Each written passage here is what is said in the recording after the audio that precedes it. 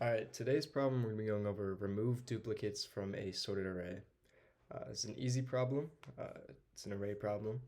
So given an integer array nums sorted in non-decreasing order, remove the duplicates in place such that each unique element appears only once. The relative order of the elements should be kept the same. Then return the number of unique elements in nums. Consider the number of unique elements of nums to be k. To get accepted, you need to do the following things. Change the array nums such that the first k elements of nums contain the unique element in the order they were present in nums initially. The remaining elements of nums are not important as well as the size of nums. Return k. So there's a lot of things going on. So we know we have to remove the duplicates and keep it sorted. Those are the two really obvious things. But the things that are less obvious are that we need to do it in place, meaning that we're not building another array and returning that array. So in other words, we're doing it in constant space. We're not doing it in linear space. We need to keep our space complexity constant. We can't make a new array. That's I guess what I'm trying to say. So if you go down to here, the way we can do that is by taking the size of our initial array and basically keeping it sorted while removing the duplicates. And we don't really need to care about what the rest of the stuff in the list. We can basically just cut off the rest of the list. So for 0, 0, 1, 1, 1, 2, 2, 3, 3, 4, we would just put the 1 here, and then put the 2 there, and then put the 3 there, and then put the 4 there. I think I got that right. Just like we do here. And then the rest of it still stays in the list, but it doesn't matter once it's past the sorted part. And we should return k equals 5 with the first 5 elements of nums being 0, 1, 2, 3, and 4 respectively.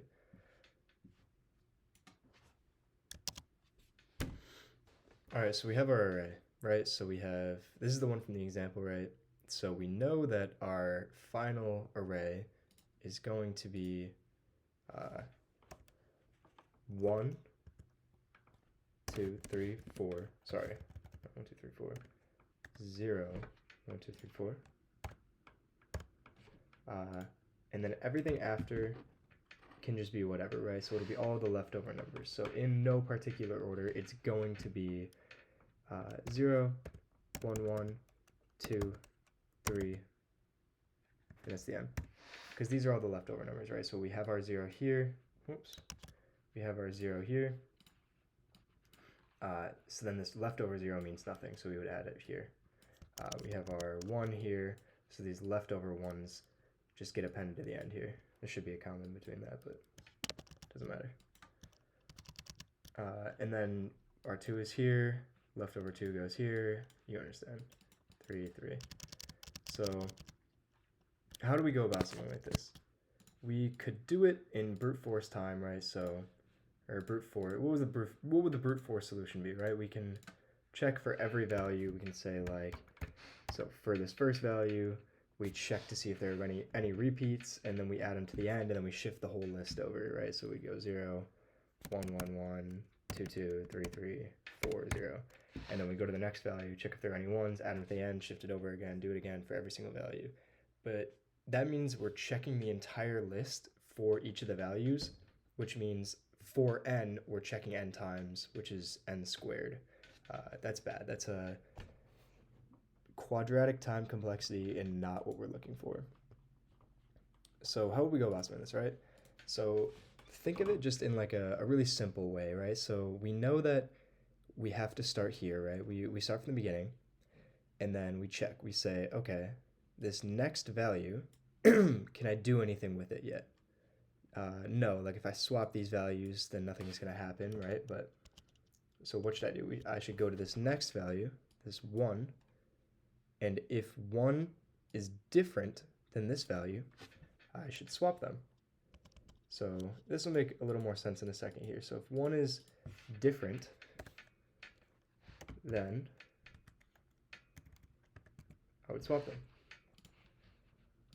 So then let's say I increment this pointer again to this position, and this pointer is still here, right? So we're using 2 different pointers. And now I say, and then I increment this guy again to this next position, and now I check. Is 1 the same as 1? Yes. So there's nothing I can do yet. Is 1 the same as 1 here? Sorry. Is 1 here the same as 1 here? Yes, it is. So we go to the next one. We go here. Is 2 the same as 1? No, it's not. So what we do is we increment this left pointer to here, and then we take this pointer here, and we swap them. So we take this, and we go 2, and 0. So then again, so then we move this pointer up a position. We check if they're the same. They are. So we move this pointer up a position. We check if they're the same. They aren't. So we swap them. So we swap the value in the next position, 3, with 1. And then we increment this pointer. Go here. Then we increment this pointer. Is this pointer here the same as the pointer in front? It is. So we increment this pointer and we check, is this value the same as the value in front? It's not. So we swap.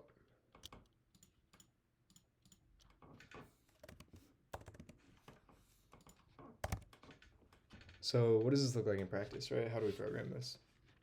So we need to keep track of our left pointer and our right pointer. And then we need to write a while loop to run until the right pointer reaches the end of the list, because that'll be the last point we need to check, right? So while right pointer is less than length of nums, we continue our search. So at this point we need to write, well, we know that every time that we check this while loop, we will always be incrementing this right pointer, because if you remember from before, there wasn't a time where I didn't increment that right pointer. So right pointer plus equals 1. So if the right pointer is going to increment every single time, what are the situations in which the left pointer will increment?